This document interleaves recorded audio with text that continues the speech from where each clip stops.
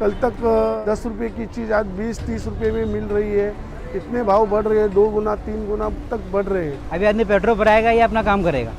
Petrol भराने के ऊपर बहुत दिक्कतें हो रही है, बहुत तकलीफ हो रही है। घर का खर्चा 3,000 साढ़े 3,000 में हो जाता था, आज वो 6,000 साढ़े 6,000 चले गया।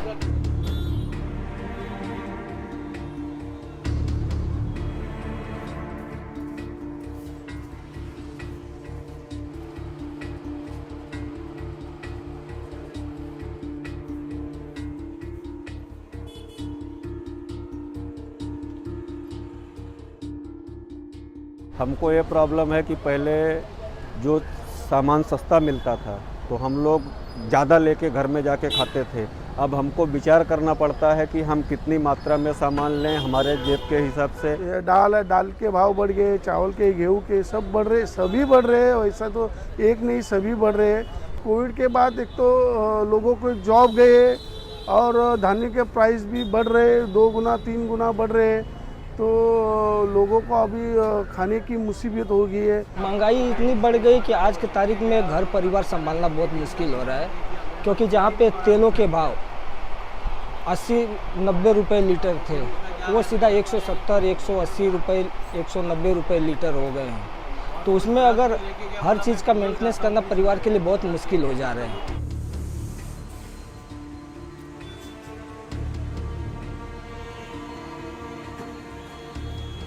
ऐसा लग रहा है कि जैसे सरकार बोलती थी कि रोज़ का भाव अंतर्राष्ट्रीय स्तर के हिसाब से है, लेकिन हमको तो लगता है कि ये लोग अपने हिसाब से सेट किए हैं, जब मर्जी में आता है बढ़ा देते हैं, कम तो कुछ करते ही नहीं। हम नॉर्मल आदमी हैं, हम महीने का 15,000, 20,000, 25,000 रुपये कमाने वाले आदमी हैं। अगर हमारी को भी अगर हम 100 रुपये का पेट्रोल डाल के अगर हमको कहीं जाना है, अगर हम वहाँ जाएंगे, जाने के बदले अगर कुछ कम ज़्यादा कुछ हो तो हम पेट्रोल भराएंगे या घर का खर्च चलाएंगे।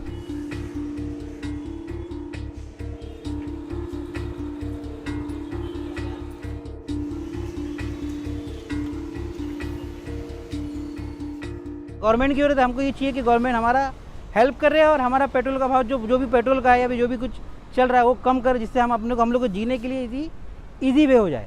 खाने पीने की चीज़ें हुए, ऑयल्स हुए, फूड, ये सब के ऊपर ज़रा गवर्नमेंट ध्यान दे। पेट्रोल के भाव कम होंगे तो ऑटोमेटिक सब पे वो असर होता है। भाव थोड़ा कम होते जाएगा तो लोगों को आसानी रहेगी खरीदने के लिए। डीजल को पहले बात पेट्रोल को कम करे, बाज़ारों में भी खुला करें, लोकल ट्रेन में भी कुछ छूट दे हम लोगों को, सबको यात्रा करने की, काम धंधा करने की कुछ तो अनुमति दे, जिससे कि लोगों को परेशानी ना हो।